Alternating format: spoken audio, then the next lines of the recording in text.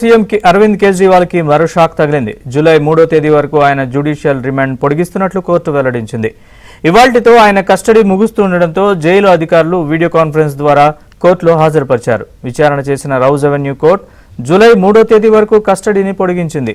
దీంతో ఢిల్లీ సీఎం కేజ్రీవాల్ తో పాటు వినోద్ చౌహాన్ జూలై 3వ తేదీ వరకు తిహార్ జైల్లో ఉండనున్నారు. జూలై 3వ తేదీకి కేసు వాయిదా పడింది. ఢిల్లీ లిక్కర్ పాలసీకి సంబంధించి మనీ లాండరింగ్ కేసులో ఈడీ అధికారులు అరెస్ట్ చేయడంతో ఆయన్ని రిమాండ్కు తరలించారు. ప్రస్తుతం కేజ్రీవాల్ తిహార్ జైల్లో ఉన్నారు.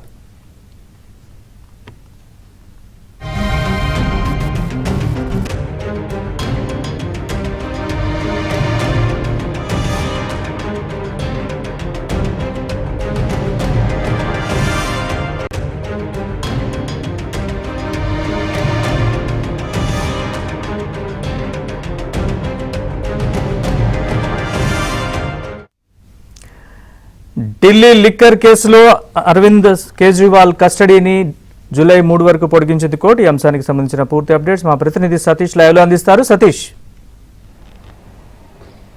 ఎస్ నరేష్, ఢిల్లీ లిక్కర్ కేసులో ఇక అరవింద్ కేజ్రీవాల్ కు జ్యుడిషియల్ కస్టడీని పొడిగిస్తూ కాసేపటి క్రితమే రౌజ్ అవెన్యూ కోర్టు తీర్పు ఇవ్వడం జరిగింది. ఇక జూలై 3వ తేదీ వరకు కూడా ఆయన తిహార్ జైల్లో ఉండబోతున్నారు.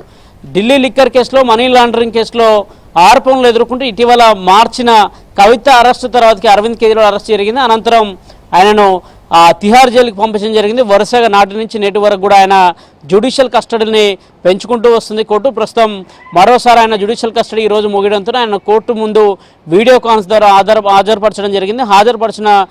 హాజరుపరిచిన వెంటనే ఆయనకు జ్యుడిషియల్ రిమాండ్ను పొడిగిస్తూ ప్రస్తుతం కోర్టు తీర్పు ఇవ్వడం జరిగింది. ఇక జూలై 3 వరకు కూడా ఆయన జ్యుడిషియల్ కస్టడీలో ఉండబోతున్నారు.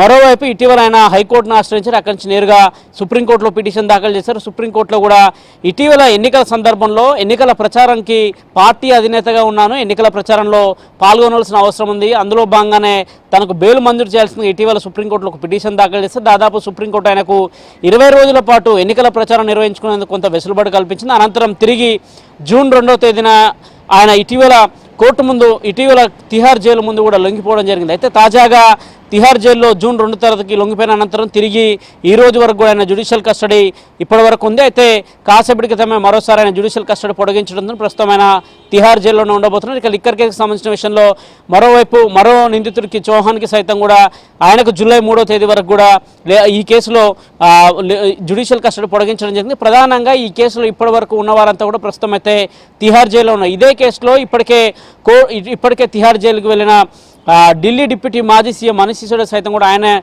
తిహార్ జైల్లో ఉన్నారు. ప్రస్తుతం ఆయన దాదాపు 7.5 పైగా కూడా ఆయన తిహార్ జైల్లో గడుపుతున్నారు. ప్రస్తుతానికి ఇదే కేసులో ఎమ్మెల్సీ కవిత ఉన్నారు, ఆమె కూడా ప్రస్తుతం తిహార్ జైల్లో ఉన్నారు. ఈ నెల అంటే 21వ తేదీకి తిరిగి ఆమెను ఈడీ కేసులో మరోసారి కోర్టు ముందు కూడా ప్రొడ్యూస్ చేయబోతున్నారు. ఇదే కేసులో ఆమెకు మరోసారి కూడా జ్యుడిషియల్ కస్టడీ పొడిగించే అవకాశాలు అయితే స్పష్టంగా కనిపిస్తున్నాయి. కానీ కేజ్రీవాల్కు ఎక్కడ కూడా ఉపశమనం అయితే దొరకలేదు. కేవలం ఎన్నికల సందర్భంలో మాత్రమే ఆయనకు ఒక 20 రోజుల పాటు సమయాన్ని మధ్యంతర బెయిల్ని ఇస్తూ కూడా సుప్రీంకోర్టు తీర్పిచ్చింది. అనంతరం జూన్ 2వ తేదీన ఆయన తిహార్ జైలుకు తిరిగి వెళ్లారు.